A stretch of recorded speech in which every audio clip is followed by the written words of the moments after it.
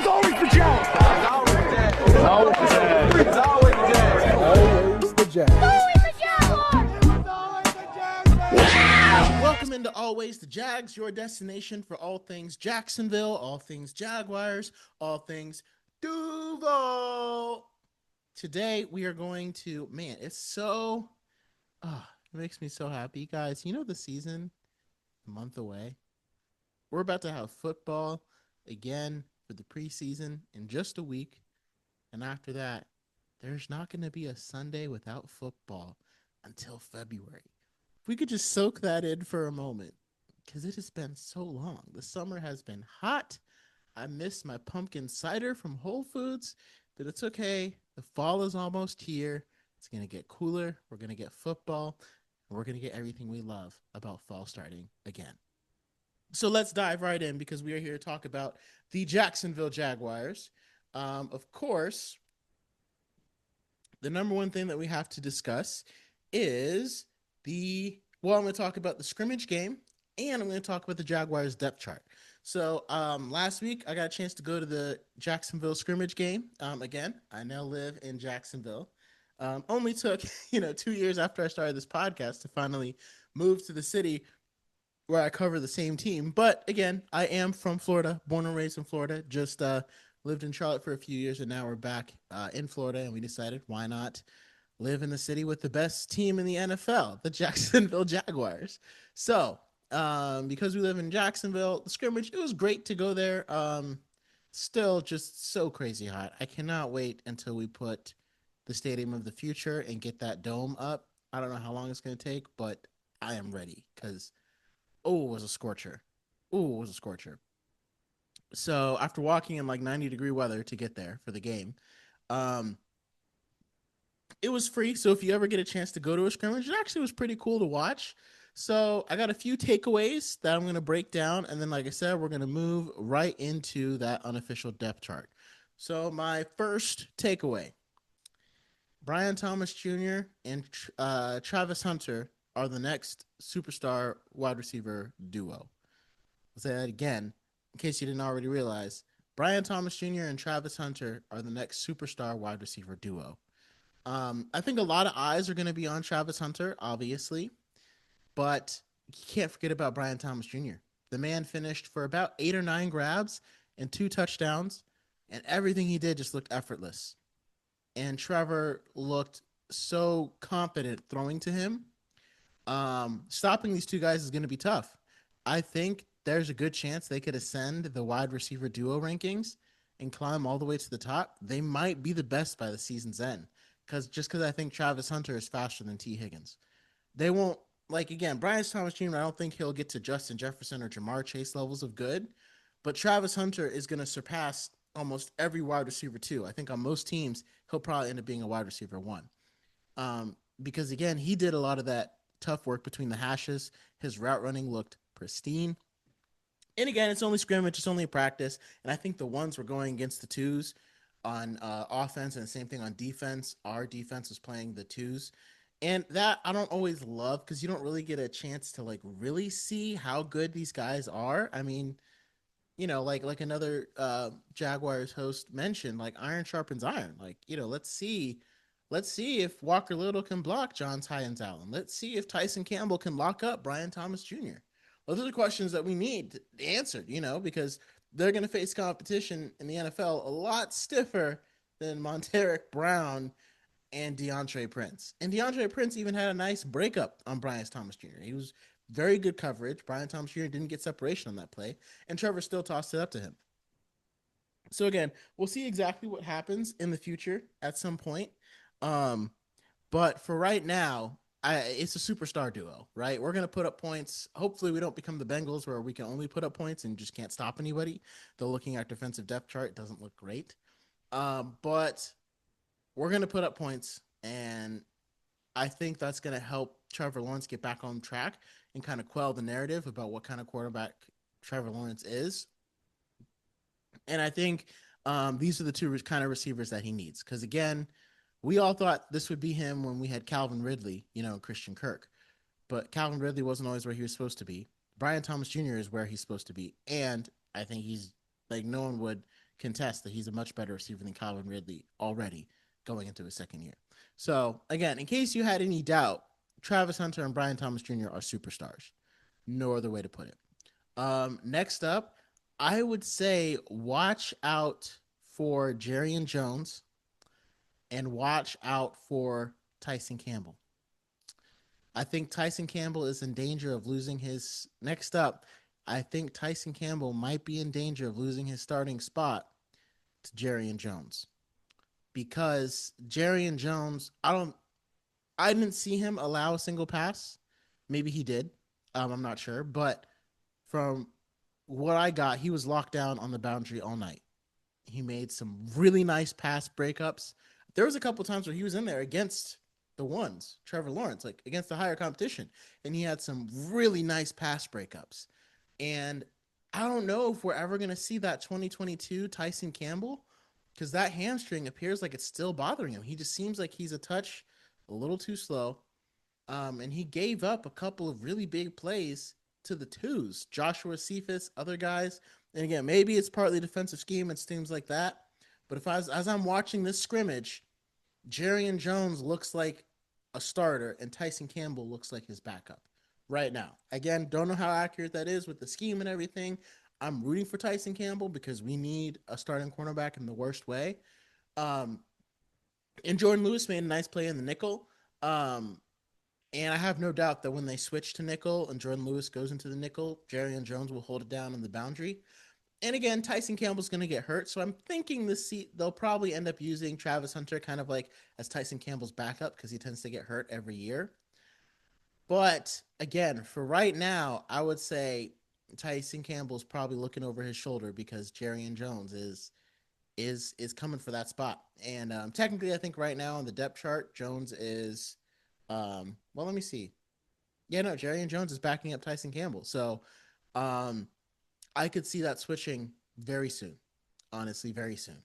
And only putting Tyson in when Jordan goes into the nickel and have maybe Jordan starting on the other boundary. I don't know for sure. I don't really get to see Jordan Lewis that much as a boundary cornerback, so I don't know how good he is there or how they want to use him. And then obviously Travis Hunter is going to factor into that somehow. So we'll see how all of that plays out. But for right now, on the scrimmage game, Jarrian Jones was the better cornerback than Tyson Campbell. And I really hope I'm wrong because I want them both to be as good as possible. But on that scrimmage game, Jarrian Jones was the better cornerback. Next up, watch out for Joshua Cephus.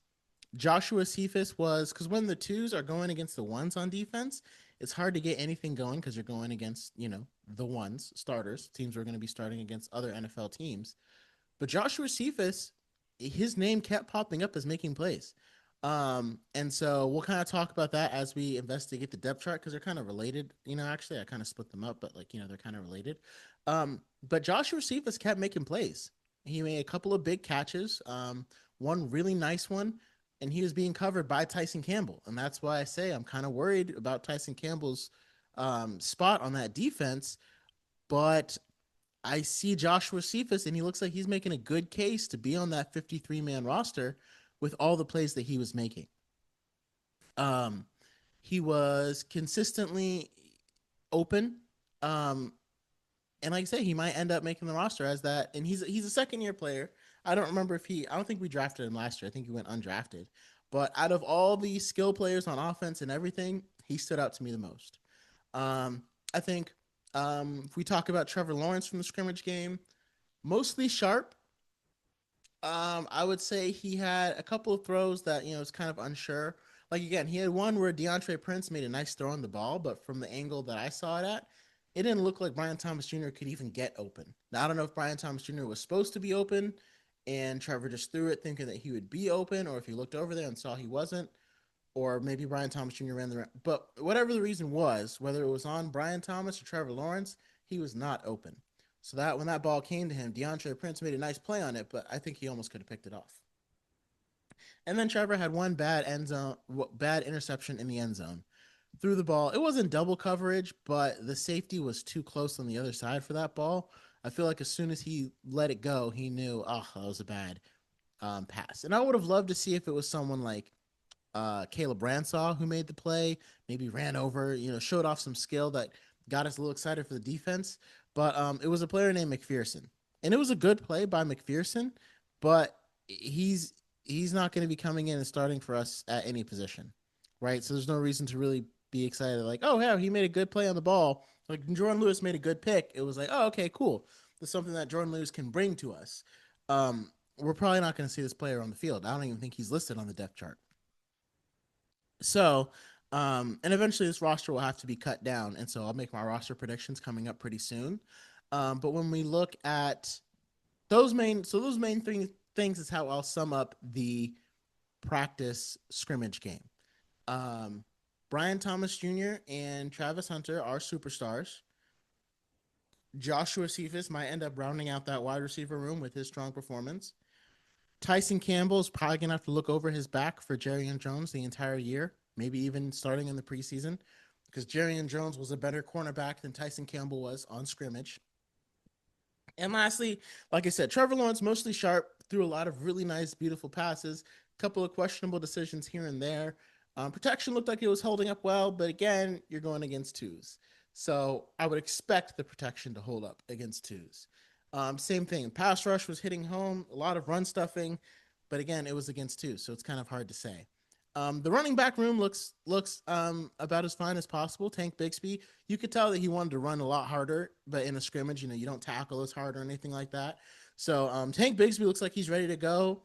So Travis Etienne, I don't know if he'll end up getting played. I did like a lot of plays that LaQuint Allen was making. He was picking up a lot of blitzes really well and holding up really well in pass coverage. And I think Tank Bigsby is getting better at it. I saw him pick up some, and that will be the difference between Tank Bigsby, I think, and Travis Etienne.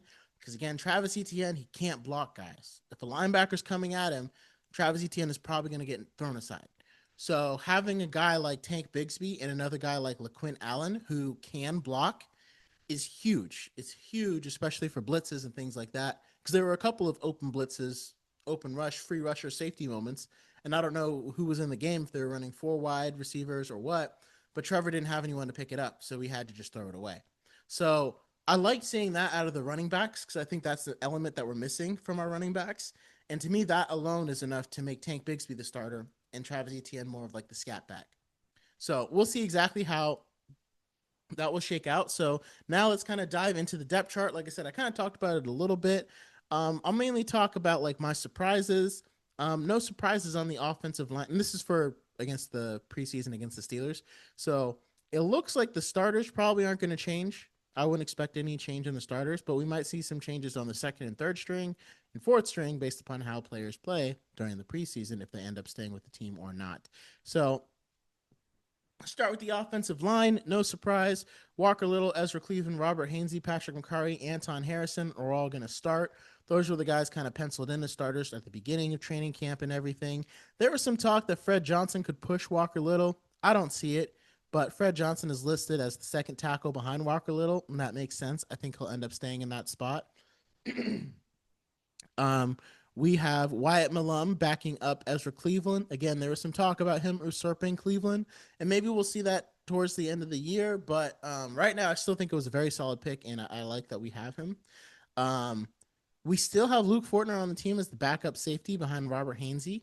Kind of surprised that he ended up beating out Jonah Monheim, so we'll have to see if Luke Fortner stays as the second string center, and if they decide, because I don't think they're going to keep three centers. So either Jonah Monheim is going to have to beat out Luke Fortner, or he'll end up on the practice squad. So that's an interesting battle to see in the preseason. Chuma Edgoa looks like he's the main backup for Patrick McCarry. Again, not really a surprise. He was kind of drafted. He was signed to be that, a guard, offensive line flexibility. But I'm seeing Patrick McCarry or Chuma Edgoa. So that means they like him so much that he might start over Patrick McCarry. And hopefully that means that Edgoa has been playing well rather than McCarry's playing poorly. But we'll have to see. And again, I would wonder like, okay, well, could Chuma start over Ezra Cleveland? Because, I expect with the money that we gave Patrick McCarry that he would be playing better than Cleveland. So I guess we'll see. That's another storyline to keep in mind. And then Anton Harrison looks like his backup will be Cole Van Lannon. So my guess is the Jaguars are going to keep 10 offensive linemen 10 starters and 10 backups. So that means right now Javon Foster, John Mannheim, and Sal Wormley are all in danger of losing a roster spot. From what I hear, Javon Foster was the guy that I wanted us to draft. Evidently, he's not making as much of an impact. They got him as on the depth chart as a guard, and I think he was drafted as an offensive tackle. So he'll have to try to fight his way in. But from what I hear, he's just not really there with everybody. Maybe if they choose to keep 11 offensive linemen, one of these guys will sneak in. But my guess is that it would probably be 10. So in that case, yeah, Jonah Mannheim, and I don't know much about Sal Wormley. I would assume he's kind of a practice squad guy that's just getting a chance to compete for the roster. So not much of a surprise as to who the starters are. The backup position battles are a little bit more interesting, so we'll see that out during the preseason. Wide receivers, again, no surprise on the starters. Travis, Brian, De'Ami Brown. And De'Ami Brown made some nice plays on the scrimmage as well. I think it seems like that playoff performance wasn't a fluke. And I like because we don't have him in a featured role. He's in a complimentary role. He's supposed to complement Hunter and Brian Thomas Jr. And I think he'll do that. I think he'll end up doing that. I also think that we may run a lot of two-back sets because I think that's something that Liam Cohn did a lot with Baker Mayfield in Tampa. So De'Ami Brown, like he's not necessarily like the third most important weapon on this team. He's more like the fifth or sixth, which is pretty good to have a weapon like that, even if he's your fifth or sixth option in the game. So next behind them, of course, we have Parker Washington, who again, nice scrimmage, had a nice return, made a couple of nice catches. I think he was probably hoping to break into the starting lineup. I think right now Travis Hunter is listed as the starting slot receiver, and Parker Washington will be behind him. So again, I'm sure he was probably hoping to be a starter this year, but I'm still glad to have Parker Washington. I still think he'll be a fantastic backup, in case we need to put him in pitch situations. Joshua Cephus, no surprise that he's second team behind Brian Thomas Jr., probably on that X wide receiver position. Because again, he was making plays and he was looking like, he belonged in that X spot. And then next on the depth chart is Trenton Irwin, who's behind De'Ami Brown. I didn't see much of Trenton Irwin during the scrimmage, so it will be interesting to see. Wide receivers wise, I'm thinking we'll probably end up keeping 4. Wide receivers wise, we'll probably end up keeping about 6, would be my estimate for how many wide receivers that we keep. So that means right now, Austin Trammell, Eli Pancol, Chandler Brayboy, Darius Lassiter are all kind of, in that danger zone of potentially just being on the practice squad rather than making the primary roster. I'd have to see more plays from Trenton Irwin. Beautiful thing about having Travis Hunter, again, we get an extra spot on our depth chart. But my estimate was always going to be in a roster of 53 guys. I estimated Jaguars are going to keep 25 offense and 25 defense and count Travis Hunter as part of the offense. So I think I don't think we're going to keep 7 wide receivers. I think we're going to keep 6. And I think that's going to end up being that last spot. I would say those top 5, the top 4 are definitely locked up. I would kind of say I feel like Joshua Cephus maybe locked up that 5th spot with his solid performance in scrimmage. He's got to keep it going, but it looks like he kind of solidified himself there. So then we'll have Austin Trammell, Eli Pancol, Darius Lassiter, and Chandler Brayboy all vying for that 6th spot that Trent Irwin currently has. Like I said, right now it looks like it's Trent Irwin's spot to lose, but I don't think I saw enough of him from the scrimmage to feel like he really has it locked up.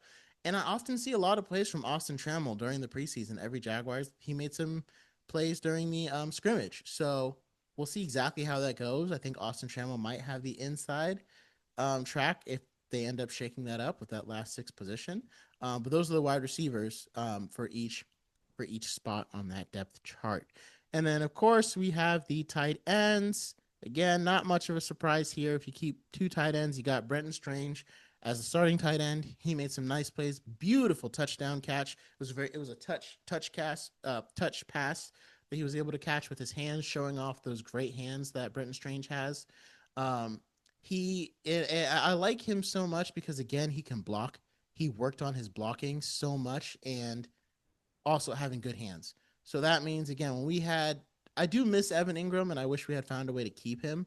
But when we had Evan Ingram in the game, he was a willing blocker, but not necessarily a solid blocker. So you kind of knew whether it was going to be a pass or a run or what Evan Ingram was doing, going out for a route.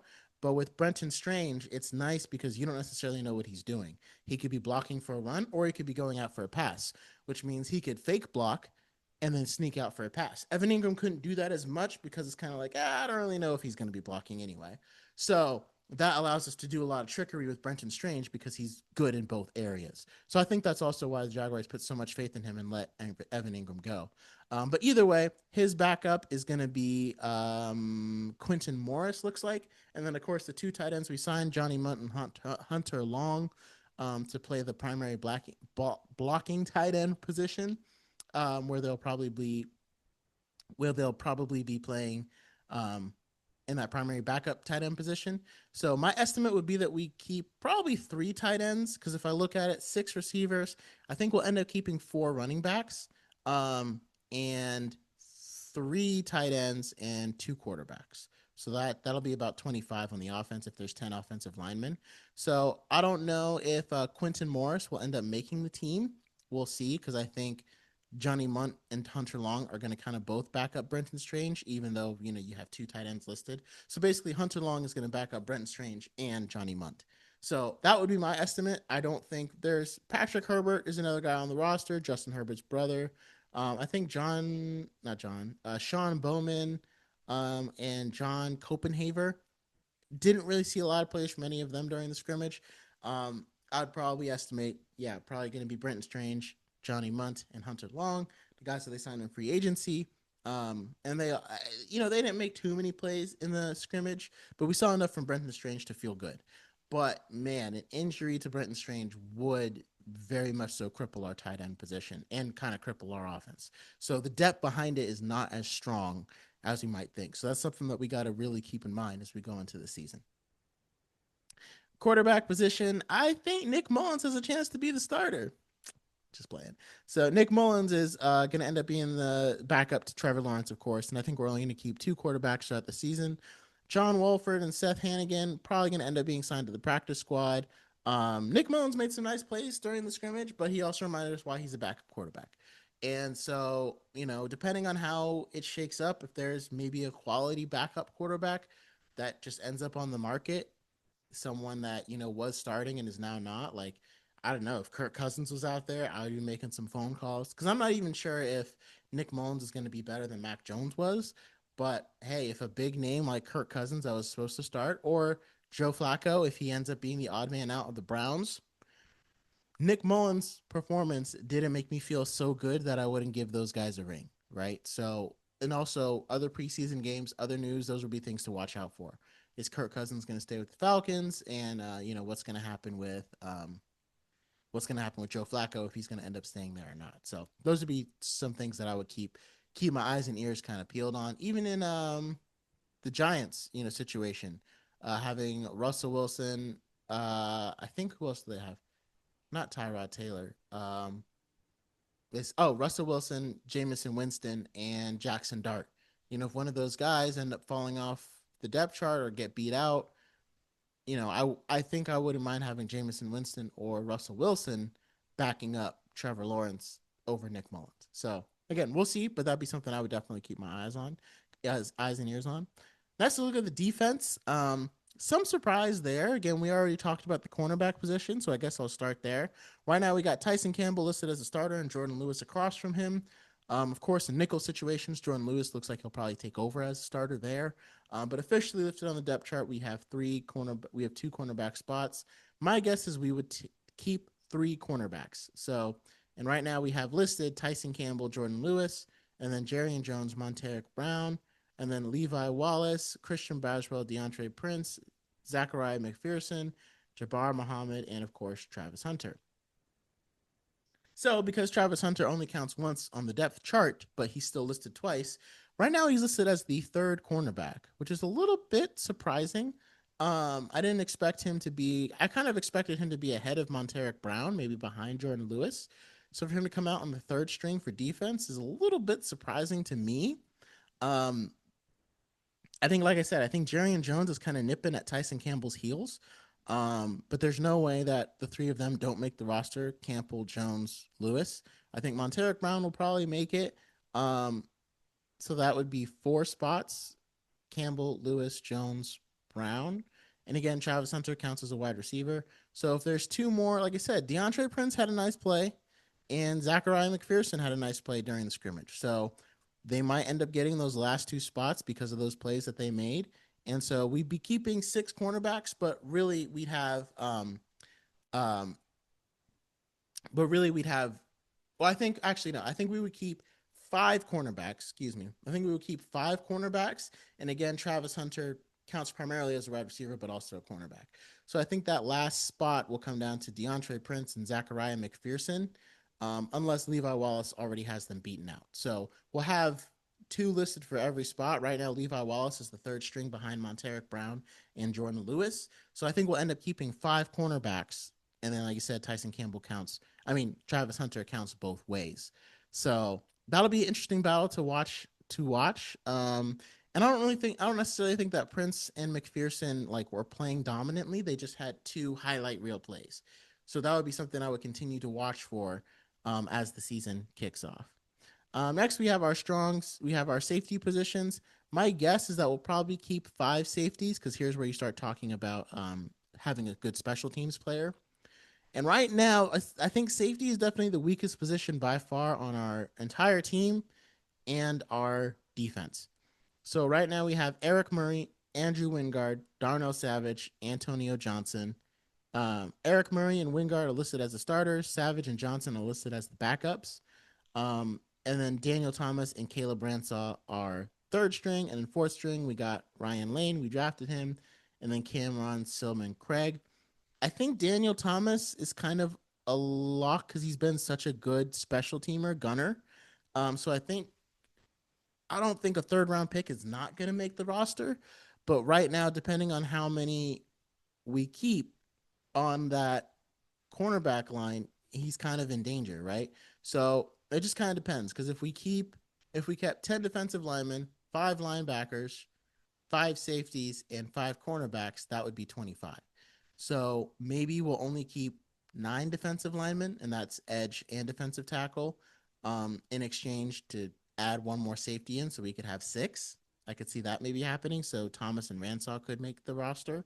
I'm surprised Antonio Johnson is. I guess it depends on how it does in camp, but again, Antonio Johnson was a starter last year and he did not do very well. But he's still 2nd on the depth chart. And I'm surprised that Darnell Savage wasn't upgraded to a starter. Like I said, Eric Murray was signed to be a starter, but right now looking at this depth chart, it makes me wish that we had drafted Xavier Watts in the 3rd round over Caleb Bransaw when he was still available, because I'm pretty sure Xavier Watts would be top of this depth chart. And I would feel a lot better with him and Eric Murray starting, being backed up by Wingard, Savage, and then Johnson, Thomas. And if we had drafted Ransaw anyway later on, we'd be battling it out for maybe the final spot. Maybe they add a 6th spot. But as it looks right now, like I said, Andrew Wingard, he's a great player. And having him in 3 safety situations is fine. But if he's going to be starting the whole year, that's a position we may have to look at throwing a trade dart at some point in the middle of the year. Moving on to linebackers, because it looks like we're going to be playing 3. So chances are we'll be keeping 6 linebackers. I don't see us only keeping 5. I think there's a good chance we'll be keeping 6. And again, this depth chart is very interesting to me. So we've got, obviously, Foye Oluokun starting at 1, Devin Lloyd starting in the middle. Which again, I don't know if Devin Lloyd played a lot of middle linebacker. I thought Foye Oluokun played more middle linebacker instead of outside linebacker. But I guess Foye is going to be outside. Devin Lloyd's going to be inside in the middle. And Yasir Abdullah, they have listed as a starter on the other side. I kind of expected that spot to go to Ventrell Miller based upon the way that he was playing. And even after the scrimmage, Ventrell Miller was out there making plays. I didn't see Yasir Abdullah out there making plays. So it's a little bit surprising that Yasir Abdullah is getting the nod over Ventrell Miller. Maybe that's because Ventrell Miller wants to play middle linebacker. I don't know. I figured Chad Muma would make it because, again, he is a special teamer. He's currently backing up Foye Oluokun. And then our Dennis Gardeck is currently backing up Yasir Abdullah. Of course, on the 3rd string, our backups, Jack Kaiser, Branson Combs, and Jalen McLeod. I would expect Jack it looks like it's between, it says Chad Muma or Jack Kaiser, because again, there's a lot of things that will play out. I kind of expected Jack Kaiser to beat out Dennis Gardeck, for that other spot, but looks like Jack Kaiser still has a little bit of an uphill climb in order to make sure that he's on there. Because again, there's no way I think that we'd be keeping more than 6 linebackers. I don't see that happening. I think 6 would be the absolute max, and that's if we're playing a 4-3 defense where we primarily use 3 linebackers on the field at once rather than 2. Like where we're substituting 1 linebacker for a nickel cornerback on some place. So because of that, I would say, like I said, I think that 6th spot with Dennis Gardeck might still be up for grabs. And I'm surprised that Ventrell Miller didn't end up breaking the starting lineup with Yasir Abdullah, because he was making a lot of plays and a lot of tackles when he found himself in the starting lineup. So that's a little bit interesting. But again, I only see 6 happening there. Now, for our defensive line, this one, I do kind of honestly see us keeping 10 guys in the defensive line, because I think we kind of want to stay refreshed and rest and swapping them in and out. But I could see us going down to 9 if we felt the need to have a 6th safety. But again, let's go over the starters. So nose tackle, we've got Devon Hamilton. Defensive tackle, Eric Armstead, obviously starters. Josh Hines Allen, Trayvon Walker starting at both ends. Makes perfect sense there. Jordan Jefferson, I guess, is going to be backing up Devon Hamilton as the nose tackle. And Mason Smith, I guess he's not a nose tackle traditionally, and I don't know if he really plays that position. I kind of expected our defensive tackle starters to be Mason Smith and Eric Armstead. And again, I don't know, maybe Eric Armstead probably doesn't play a lot of nose tackle. Maybe they want a traditional nose tackle there. But I think our 2 best defensive linemen are Eric Armstead and Mason Smith. So depending on how Anthony Campanelli wants to run his defense, we'll have to see exactly how that ends up playing out, because, again, I would like to see Mason Smith and Eric Armstead on the field at the same time. But for right now, like I said, Hamilton is the starting nose tackle. Armstead is the starting defensive tackle. And then Jefferson and Smith are backing them up. So I think the nose tackle depth is a little weak, but the defensive tackle depth is pretty strong, because we have Mason Smith, who could probably be a starter.